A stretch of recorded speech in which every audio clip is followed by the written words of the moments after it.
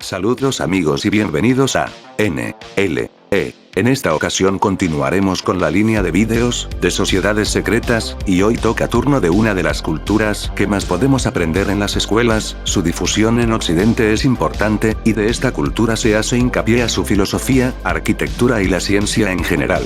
Sociedades secretas. La iniciación en Grecia. Profunda significación esotérica tenía para los griegos los misterios de Eleusis, fundados por Ptolomeo tras su iniciación en Egipto. Eleusis, antigua ciudad de Ática, que adquirió gran celebridad por sus misterios, se convirtió en un lugar de alta iniciación, piedra angular de la enseñanza esotérica propia de Grecia. Porque los iniciados guardaban celosamente su secreto, poco se conoce con exactitud en torno a dichos misterios, que eran una prolongación en Grecia, de los misterios de Isis en Egipto. Los misterios de Eleusis se rodearon de una pompa exuberante, de un ceremonial externo llamativo de vivo colorido.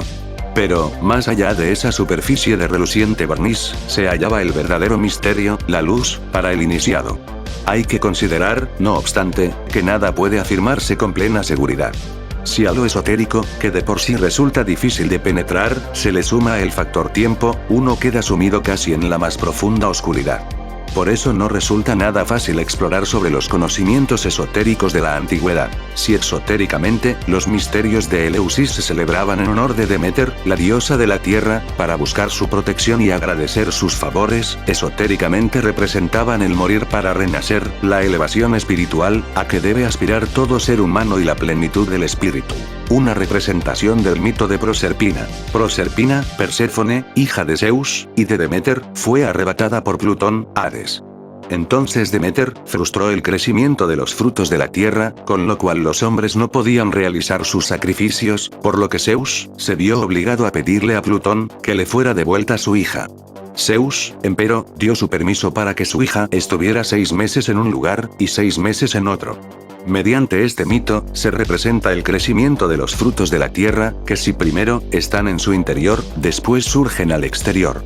Los misterios de Eleusis, cuyo origen se remonta probablemente al siglo VIII a.C., y permanecen estrechamente unidos a los ritos religiosos, vinculados con la agricultura, era una representación del drama de Demeter y de Proserpina, con una enorme proyección esotérico-espiritual. El iniciado debe morir para renacer, someterse a una transformación anímica total. El concepto de morir para renacer es común a muchas iniciaciones, y las diversas sociedades iniciáticas le han concedido relevante importancia. El espíritu desciende, encarna, y se relaciona con la materia, para después renacer a la vida divina, volver al seno cósmico. La influencia y el valor de estos misterios, nadie puede ponerlos en tela de juicio, pues de otra forma no se hubieran prolongado hasta el siglo IV, después de Cristo. Los iniciados los conservaban en su corazón con gran celo, evitando exponer los mismos a la desaprensión de los profanos. Había 2 categorías de misterios: los grandes y los pequeños. Para los grandes misterios, era necesario naturalmente haber obtenido la iniciación completa. Los pequeños misterios se llevaban a cabo en un pueblo cercano a Eleusis, llamado Agra, y además de tener relación con Demeter y Proserpina, la tenían también con Dionisios. En Agra, había un pequeño templo consagrado a Proserpina, que recibía el nombre de Coré, y que era el escenario de los ritos y fiestas. Es posible que los misterios dieran comienzo con unas palabras de las hierfántidas, sacerdotisas de la diosa, dirigidas a los futuros iniciados, exponiéndoles la trascendencia de aquellos. Después venían las oraciones, ritos y purificadoras abluciones, durante varias jornadas, y todo aquello que desconocemos casi por completo. Los pequeños misterios se celebraban en febrero, y los grandes en septiembre, y únicamente cada 5 años. Los grandes misterios tenían como escenario la ciudad de Eleusis, se celebraban durante 9 días y daban comienzo el 13 de Boedromión, septiembre.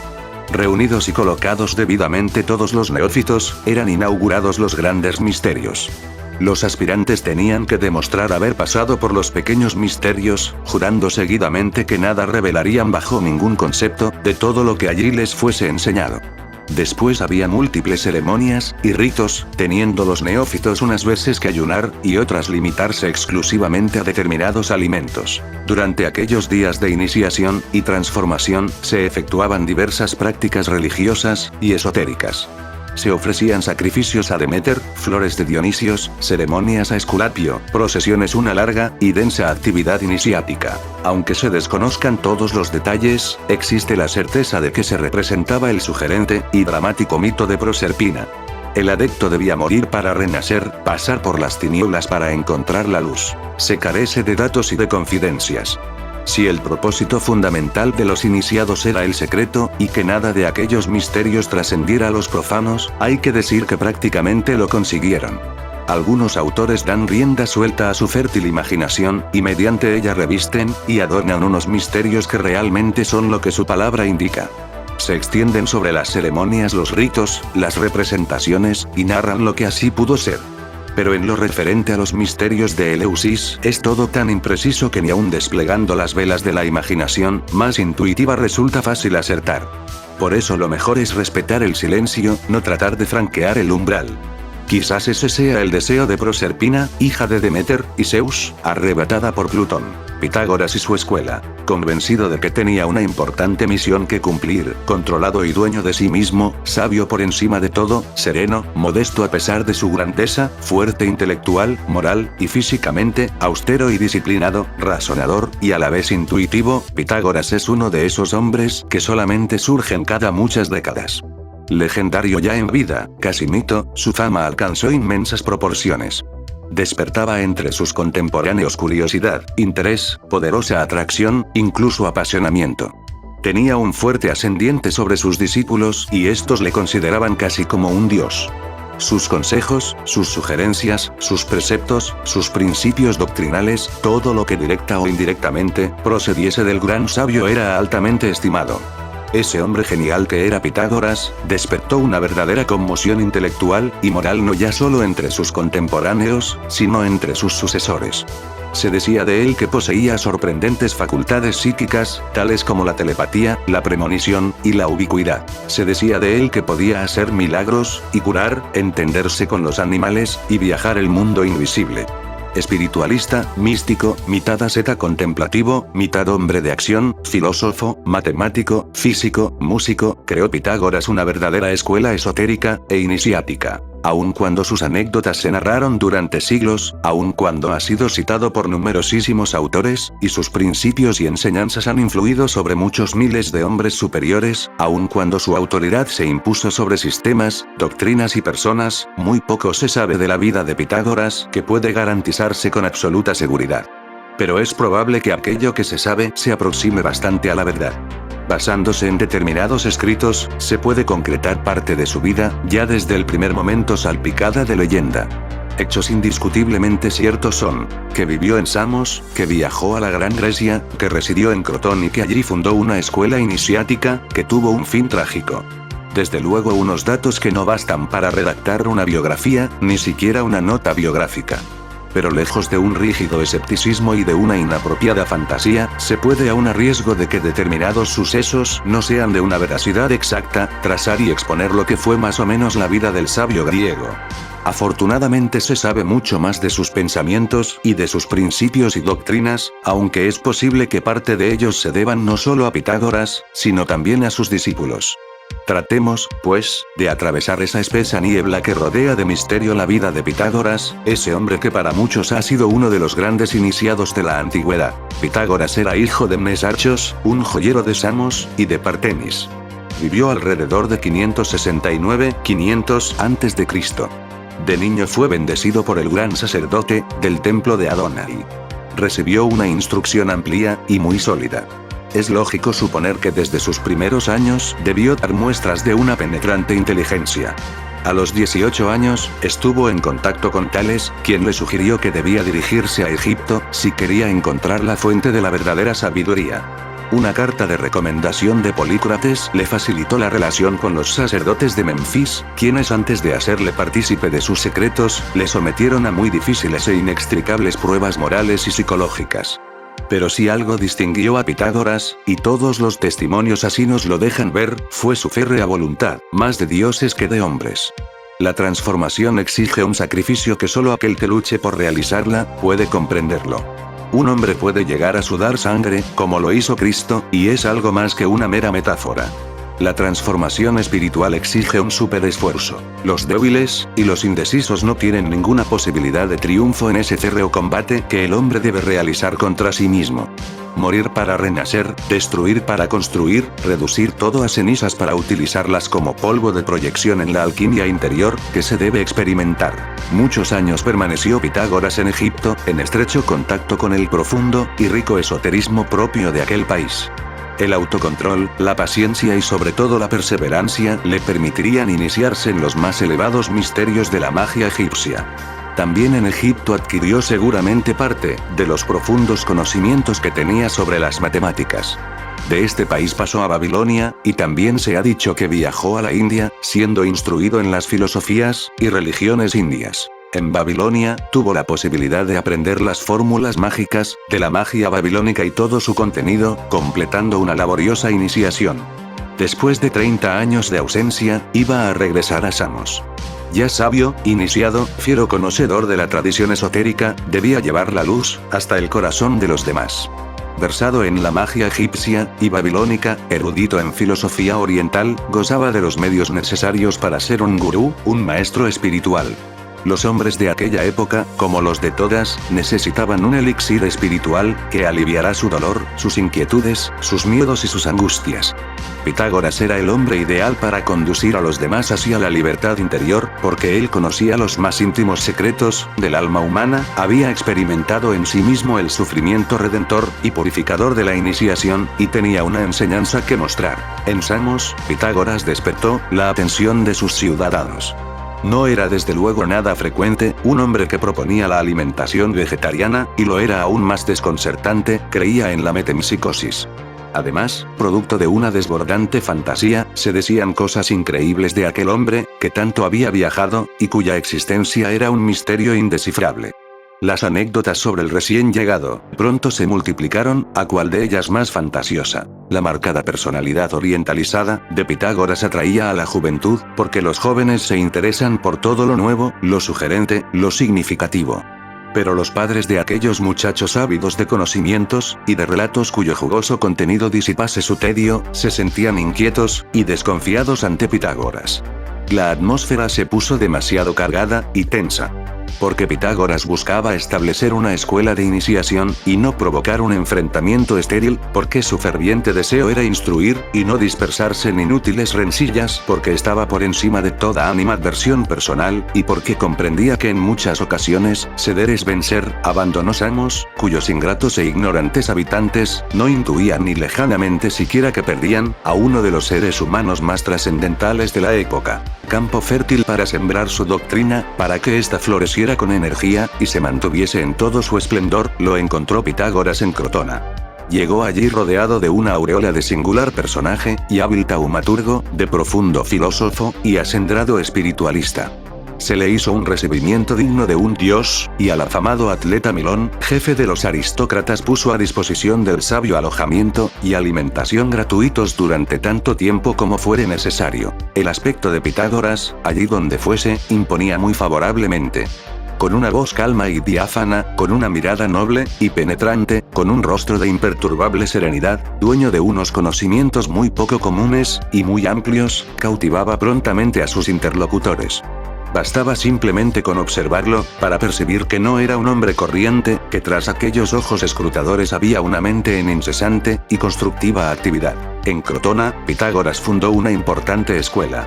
En ella se enseñarían matemáticas, física, música, misticismo y esoterismo.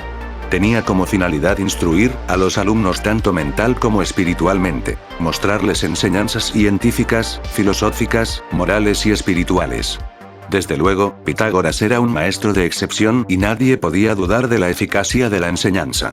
Por ello pronto contó la escuela con numerosos alumnos, y todos los ciudadanos de Crotona se sintieron satisfechos y orgullosos por contar con una escuela tan especial y con un maestro más especial todavía. Después de muchos años de incansable enseñanza, Pitágoras encontraría lo que él mismo quizá jamás había esperado, el amor en una de sus alumnas. Una hermosa joven que tenía 40 años menos que el maestro. La joven y bella, Teano, sentía una irresistible atracción por Pitágoras. Aquel hombre era para ella como un dios encarnado, un ser superior con una mente privilegiada. Era hija de Brontinos, y asimilaba con inigualable eficiencia las enseñanzas del maestro. El amor le hacía absorber como por osmosis los principios filosóficos y científicos del sabio. Sus gestos, sus palabras, sus conocimientos la tenían anonadada, más en un mundo paradisíaco que en un mundo real. Durante años Teano ocultó su vibrante pasión. Se contentaba con observar y sentir la presencia cercana de aquel hombre de 60 años, que vivía únicamente para la escuela, y para sus alumnos. ¿Cómo a su edad iba él a pensar en algo semejante? La geometría, la física, la música y la filosofía, no le dejaban tiempo para pensar en el amor humano. Pero Teano estaba allí, plena de ardiente juventud, suspirando por una palabra, o por una mirada, con los ojos fijos en aquel asceta disciplinado y siempre dueño de sí mismo. El amor provocó angustia y la angustia llegó a tal extremo que Teano pudo superar su timidez y se dispuso a contárselo al maestro. En la agradable y apacible soledad del jardín de la escuela, la joven Cotonia le explicó a Pitágoras, que se encontraba al borde de la desesperación por el amor de un hombre, que la tenía subyugada. Comprensivo, siempre dispuesto a ayudar y reconfortar a sus alumnos, Pitágoras insistió saber el nombre del hombre amado. Y cuál no sería su sorpresa, al escuchar su nombre en boca de su alumna preferida. Pitágoras y Teano se casaron. La edad no representaba un obstáculo, porque el amor alisa todos los escollos. Tuvieron 2 hijos, uno de ellos probablemente instructor de Empédocles, y una hija. Teano resultó siempre una excelente colaboradora de Pitágoras, y jamás fue objeto de la menor perturbación. El prestigio de Pitágoras, desde aquel lejano día en que inauguró su escuela, siempre había ido en aumento. Pocos maestros han despertado tanto entusiasmo y admiración entre sus discípulos, aunque en numerosas ocasiones era inflexible e intransigente. Durante 30 años dirigió su escuela.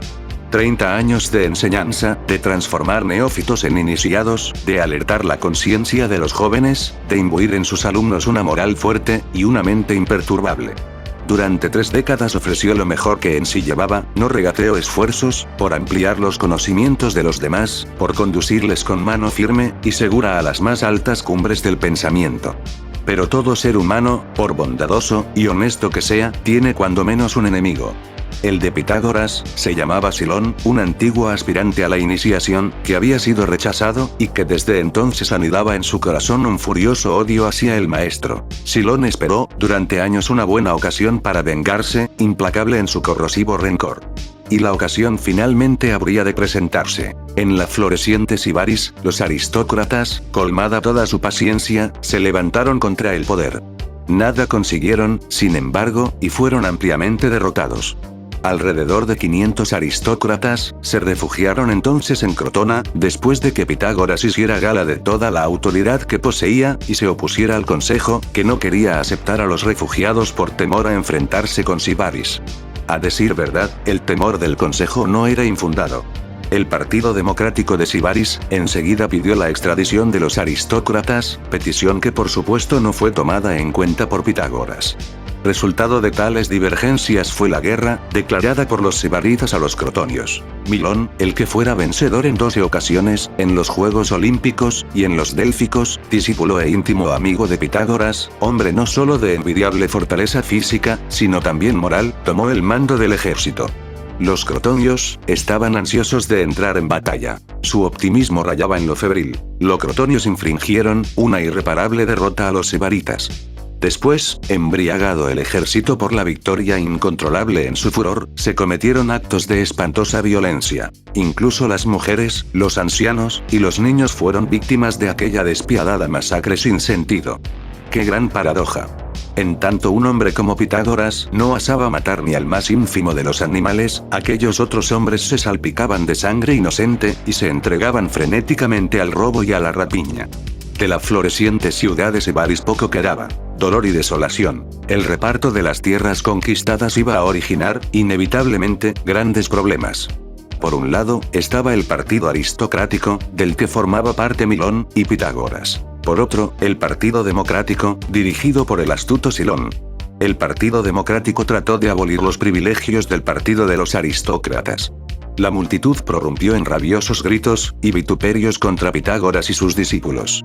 Pero si algo resultaba verdaderamente difícil era inquietar o intimidar al sabio, que no prestó la menor atención a aquellos descontrolados hombres que más parecían bestias que otra cosa. El odio iba en aumento. Un odio que, aunque paliado en cierto modo, venía de mucho tiempo atrás. Los pitagóricos eran detestados porque realmente eran seres superiores. Difícilmente se acepta la superioridad de los otros hombres, salvo que se esté lo suficientemente evolucionado. Puede, además, todo hay que decirlo, que los pitagóricos se mostrasen orgullosos de su condición y poco democráticos en su trato con los demás. Silón supo alimentar expertamente la llama del rencor. Sus conciudadanos le siguieron como autómatas. Irían donde él quisiera. Harían lo que fuera necesario. Herir, dar muerte, incendiar. Con facilidad inusitada el ser humano se aprestaba para la destrucción, pulsando así sus más atávicos instintos. Parece ser que solamente Milón logró salvarse. Es probable también que algunos otros discípulos. Pero una gran parte de ellos perecieron en el incendio originado por los seguidores de Silón. ¿Qué fue del maestro? No se sabe con seguridad. Posiblemente también murió devorado por las llamas. Hay otras versiones, se dice también que el maestro logró escapar con alguno de sus discípulos y que, tras viajar por muy diferentes lugares, se dejó morir de hambre, en el templo de las musas de Metaponte. Con la muerte de Pitágoras, no se extinguió su orden ni sus principios. La primera continuó viva durante 2 siglos, los segundos se han perpetuado hasta nuestros días. Por aquellos tiempos la escuela de Pitágoras fue única en su género. Se exigían del adepto los más duros sacrificios, la más sólida disciplina, la más inquebrantable fuerza de voluntad. Ciencia y misticismo, filosofía y moral, eran los pilares sobre los que se sustentaba la doctrina del gran sabio. Los neófitos eran sometidos a pruebas de tal dificultad, que con frecuencia resultaban inextricables para muchos. Todo aspirante era objetivamente enjuiciado más allá de su clase o condición. Eran admitidos los hombres y las mujeres. A nadie en realidad se le negaba por principio la entrada en la cofradía, tenía, eso sí, que superar las pruebas establecidas. Porque Pitágoras trataba de hacer hombres superiores, fuertes tanto física como mental y espiritualmente. Como buen conocedor del pensamiento oriental, sabía que el ocio mental y la apatía son graves obstáculos en el camino hacia la realización, que el esfuerzo personal y más aún, el superesfuerzo, son necesarios para alcanzar la integración superior, que, para llegar a la libertad interior, se requiere un vigor firme e indestructible, y un autocontrol casi insólito. Pitágoras sabía todo esto, y como no deseaba hacer únicamente hombres cultos o intelectuales, sino hombres también moral y espiritualmente desarrollados, la alimentación era escasa, pocas las horas de sueño, el trabajo intenso, la disciplina severa. La armonía reinaba entre los miembros de la escuela, las relaciones eran abiertas y felices, solo había un maestro indiscutible: Pitágoras. Todos vivían en común, pero no llevaban vida totalmente monacal, sino que mantenían su contacto con las personas ajenas a la cofradía. Los más antiguos, y generalmente por ello los más instruidos, enseñaban a su vez a los más nuevos. Es lógico suponer que Pitágoras no podía hacerse cargo directamente de todos los adeptos. Tratándose como se trataba de una escuela básicamente iniciática, los aspirantes tenían que someterse a la iniciación, y dentro de la iniciación había diversos grados. Las edificaciones propias de la escuela estaban situadas en un lugar hermoso, sereno y silencioso. Antes de ser sometido a las verdaderas pruebas, el neófito pasaba una temporada en la escuela. Durante este tiempo era estrechamente vigilado por sus superiores, que sopesaban sus cualidades, y examinaban sus características mentales y psicológicas y sus reacciones personales. Después el neófito debía pasar por algunas pruebas físicas, para determinar su valor, y algunas pruebas morales, para enjuiciar su fortaleza moral. Los superiores le increpaban, con toda dureza cuando era necesario, y el neófito debía controlarse, y permanecer apaciblemente en su lugar. Los soberbios, o vanidosos nunca llegarían a formar parte de la cofradía, tampoco los altivos o egocéntricos. Se necesitan neófitos pacientes, capaces de imponerse una estricta disciplina, humildes, y anhelantes de ampliar sus conocimientos y llegar a la verdad. Durante un período de tiempo, que se prolongaba por 2 años o más, el neófito debía llevar a cabo su noviciado, teniendo que ser en todo momento discreto y no dejarse arrastrar por sus propias palabras. Debían limitarse exclusivamente a escuchar, sin poder nunca expresar su opinión ni hacer comentarios. Escuchar y reflexionar. Tal era el sistema en un principio. El novicio tenía que aprender por sí mismo el valor de la obediencia, el respeto y la humildad. Aquellos que son humildes en sus conocimientos siempre aprenderán más de lo que saben, quienes no lo son, porque se creen sabios sin serlo, morirán tan necios como vivieron. Aquellos que obedecen fortalecerán su voluntad, y aprenderán a hacerse obedecer, los que no obedecen, solo conseguirán con su rebeldía el aislamiento y la soledad. Aquellos que son respetuosos serán a su vez respetados, los que no saben respetar, difícilmente encontrarán el respeto en los demás. Pitágoras trataba de imbuir en sus novicios la dignidad y la nobleza, pretendía que viviesen en armonía consigo mismos y con los demás. El novicio iba aprendiendo a amar y a tolerar. Antes de pasar a una instrucción de tipo filosófico, esotérico o científico, se exigía de la una compacta formación moral. Para levantar el gran edificio había previamente que dejar bien sentados los cimientos. Pero no se crea que toda la enseñanza era de naturaleza moral, ya que también se le enseñaba al novicio a ir preparando su mente, y a mantener saludable su cuerpo. Los novicios hacían gimnasia y diversos deportes para mantener entrenado su organismo, pero eliminaban de sus prácticas físicas todo elemento competitivo. Porque seguramente Pitágoras sabía a dónde hay competiciones arrasado el amor, la evitaba en lo posible. Hacían sus ejercicios en silencio, concentrados en su labor, sin preocuparse porque otros lo hicieran con mayor o menor maestría. Había que atender al cuerpo, a la mente, a la psiquis y al espíritu.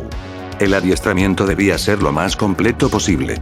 Por este motivo, los días estaban perfectamente organizados, pocas cosas se dejaban a la casualidad. Los discípulos se levantaban al amanecer. Se entonaban algunos himnos, y se efectuaban las abluciones, después, durante toda la mañana recibían las lecciones programadas. La alimentación del mediodía estaba compuesta a base de miel, pan y algunos otros alimentos de gran pureza. Por la tarde, se realizaban las prácticas gimnásticas, y tras las mismas, estudio y meditación. Anochecía cuando de nuevo se entonaban algunos himnos religiosos. Después por último había una ligera cena y descanso, muy bien merecido. Tras el largo noviciado, a que debía someterse inevitablemente el aspirante, pasaba a formar parte de los discípulos. Entonces poco a poco, se iban ampliando sus conocimientos, impartiéndosele una enseñanza más esotérica que la que hasta entonces había recibido, entrando así en contacto con los principios fundamentales de la cofradía. Su formación se iría completando en todos los sentidos, sería transportado hasta las cumbres más altas del conocimiento, hasta las esferas superiores del misticismo y de la intuición, se le mostraría eso significado de los misteriosos símbolos utilizados en la escuela, y se abriría su mente al rico y amplio contenido de la doctrina pitagórica. Las matemáticas adquirían un valor a veces desmesurado en la doctrina de Pitágoras. El número formaba la quinta esencia de su enseñanza.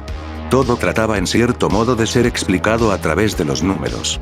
Cada número tenía propio significado, y mediante las combinaciones numéricas, se exponían los más variados principios y conceptos. Pitágoras creía en la transmigración del alma.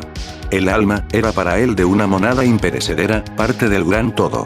El hombre tiene un espíritu inmortal, y en este carácter de inmortalidad se asemeja a la divinidad.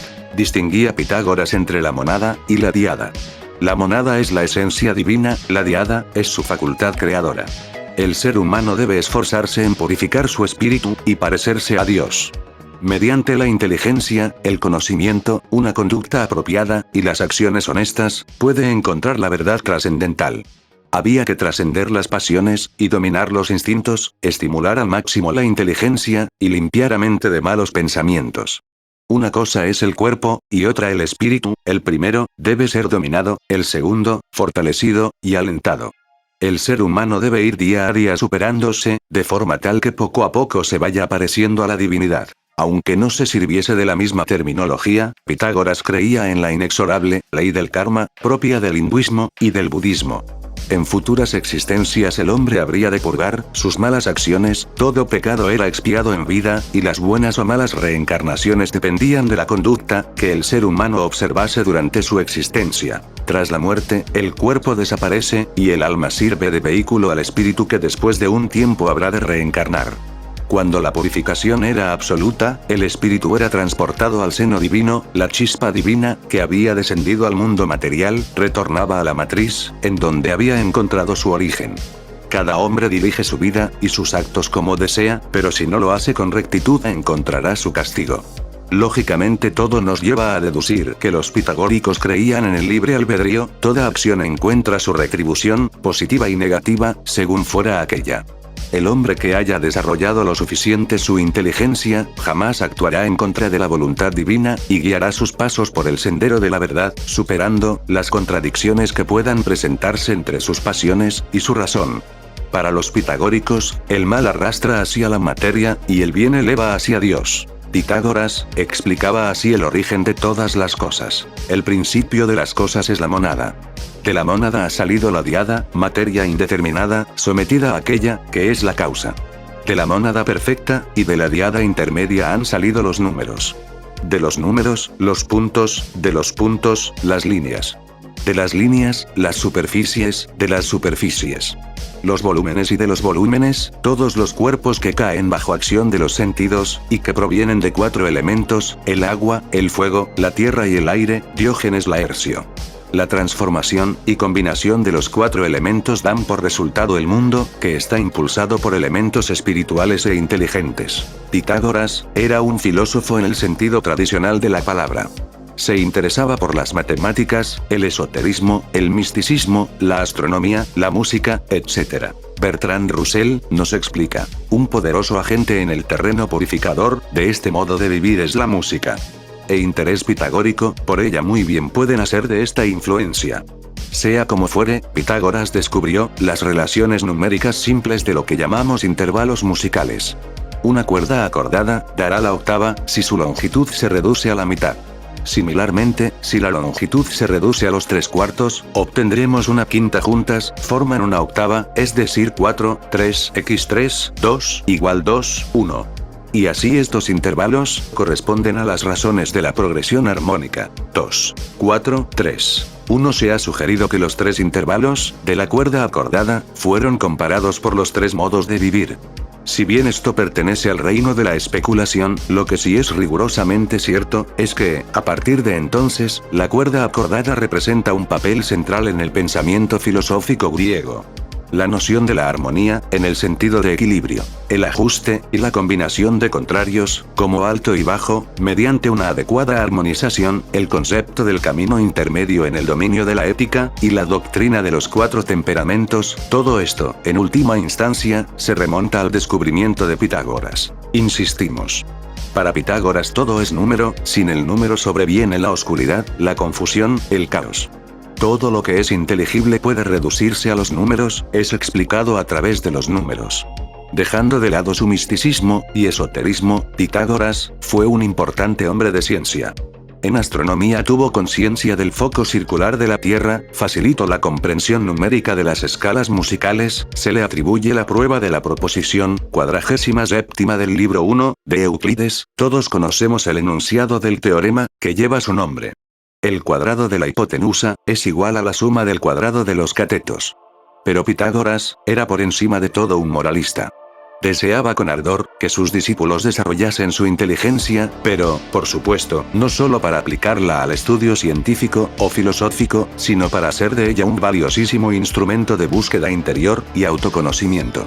Los pitagóricos meditaban con frecuencia consigo mismo, y la iluminación espiritual, se vigilaban constantemente, determinando su conducta y su actuación, trataban de llevar la armonía a todo, incluyendo naturalmente, su relación con los demás, seguía una ética estricta y ejemplar, y sabían que, para conquistar las altas cimas de la sabiduría, había que apartarse de toda mezquindad, y trabajar incansablemente sobre sí mismo. Pitágoras fue un reformador en todos los aspectos, sin olvidarse del político, tuvo seguidores de una fidelidad extrema, y acérrimos detractores, fue amado y venerado, y cabe también decir, que, seguramente odiado y despreciado, más que por las conquistas materiales, se interesó vivamente por las conquistas morales, y puede asegurarse, que en tal sentido alcanzó un indiscutible éxito. La leyenda, y la distancia en el tiempo no permiten hacerse un juicio psicológico de Pitágoras, todos son meras especulaciones. Pero un hombre puede conocerse bastante bien por sus ideas, sus preceptos, sus escritos, ya que al parecer el gran sabio no escribió absolutamente nada. Se le atribuyen, empero, los versos pitagóricos, que son probablemente producto de sus discípulos, aunque basándose en la enseñanza del maestro. Estos versos pueden reflejar el pensamiento y doctrina de Pitágoras mejor que todo un grueso volumen de meras suposiciones, motivo por el que pasamos a transcribirlos. Versos de oro pitagóricos. Primeramente, concede a los dioses inmortales el culto prescrito por la ley. Guarda la fe jurada. A continuación, reverencia, como es debido, a los héroes sublimes, y a los espíritus semidioses. Conserva el culto de la familia. Cumple los deberes referentes a tu padre, a tu madre y a todos tus parientes. Escoge por amigo al hombre mejor y más virtuoso. Obedece a sus consejos suaves, y sigue su espíritu saludable.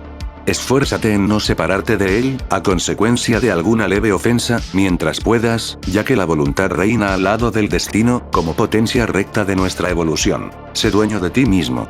No olvides que debes aprender a dominar tus pasiones, a ser sobrio, activo y casto. No te entregues nunca a la cólera. Sé irreprochable ante los demás y también ante ti mismo, respétate sobre encima de todo, y que toda tu vida, y todas tus palabras se inspiren en la más pura justicia. No tomes la costumbre de vivir maquinalmente, reflexiona bien que la muerte es nuestro común destino, y que las riquezas materiales se pueden adquirir, y perderse con la misma facilidad. No te rebeles contra la suerte que te haya sido destinada por las leyes divinas, por ruda que sea, y resístela con serenidad, esforzándote en mejorarla. Los dioses preservan al sabio de los males mayores. La verdad y el error se encuentran mezclados en las opiniones humanas. Para conservar tu armonía, prívate de aprobarlos o rechazarlos en conjunto. Si momentáneamente triunfa el error, aléjate y ten paciencia. Procura siempre observar lo que voy a decirte. No te dejes arrastrar sin reflexión por las palabras y actos de los demás. Habla y obra solamente cuando tu razón haya indicado el mejor camino. La deliberación obligatoria, antes de la acción, te evitará actos irrazonados. Hablar y obrar sin regla ni medida, hacen al hombre desgraciado. Para cada una de tus decisiones, mira bien sus lejanas consecuencias, de manera que nunca tengas que arrepentirte. No tengas la pretensión de hacer lo que en realidad ignoras. Por el contrario, aprovecha todas las ocasiones para instruirte, y de esta manera, llevarás una vida altamente agradable. Es necesario, también velar por la buena salud de cuerpo. Toma con moderación los alimentos, bebidas, y haz el ejercicio necesario. Tu comedimiento justo, te privará de corromperte. Por esta razón debes acostumbrarte a un régimen puro y severo. Puedes serlo sin ostentación, para evitar la incomprensión rencorosa de los ignorantes. No obres como la gente sin juicio, que derrocha más de lo que exigen sus necesidades, o bien se entrega a la avaricia. Aprende a conservarte en el justo medio. No hagas nada que pueda serte perjudicial, y razona bien antes de proceder. Una vez despierto, aprovéchate rápidamente de la armonía, que procura el sueño para elevar tu espíritu, y reflexionar sobre las buenas obras que has de realizar. Cada noche, antes de entregarte al descanso, haz examen de conciencia, repasando varias veces en tu espíritu, las acciones realizadas durante el día, y pregúntate, ¿qué he hecho? ¿He cumplido mi deber con todos? Así examina sucesivamente cada uno de tus actos. Si descubres que has procedido mal, repréndete severamente y alégrate si has sido irreprochable. Medita estos consejos, ámalos con toda tu alma y esfuérzate en practicarlos, ya que te conducirán a la virtud divina. Lo aseguro por el que ha trazado en nuestro espiritual tétrade sagrada, fuente y emblema de la naturaleza eterna. Al empezar tu tarea, ruega sin cesar a los dioses para que te ayuden a cumplirla. Cuando estés bien empapado de estos preceptos, llegarás a concebir la íntima constitución de los dioses, de los hombres y de todas las cosas, y te darás cuenta de la unidad que se mantiene en la obra entera. Entonces conocerás la ley universal, en todas sus partes y en el mundo, la materia y el espíritu son idénticos en naturaleza. Llegando a ser clarividente ya no estarás atormentado por deseos ilegítimos. Conocerás que los hombres son los creadores de sus males. Desgraciados, ignoran que los bienes verdaderos están a su alcance y en ellos mismos. Escasos son los que conocen la manera de librarse de sus tormentos. Esta es la ceguera de los hombres que turba su inteligencia. Semejantes a cilindros, que rodaran al azar, no están nunca libres de los infinitos males, que les agobian. No sospechando la funesta incomprensión que les acompaña en todas partes, no saben discernir lo que es necesario admitir, y lo que deben abandonar sin rebelarse. Dios Padre nuestro. líbralos de los sufrimientos, y muéstrales de qué potencia sobrenatural pueden disponer.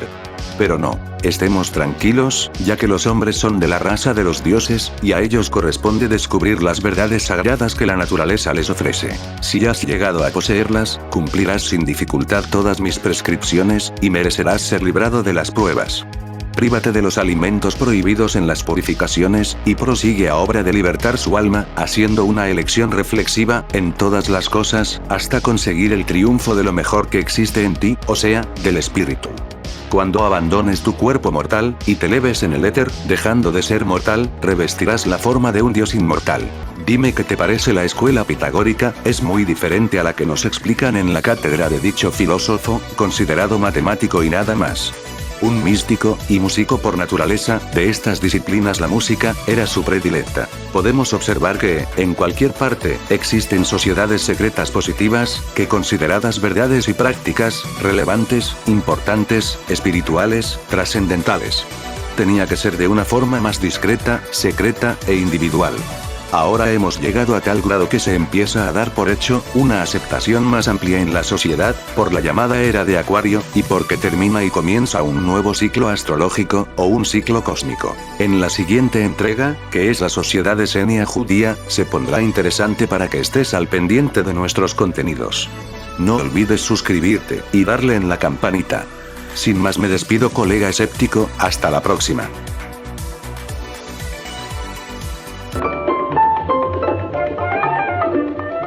Los pitagóricos, con su fórmula matemática, pusieron las bases de nuestra música actual. Pitágoras, ven a llamado.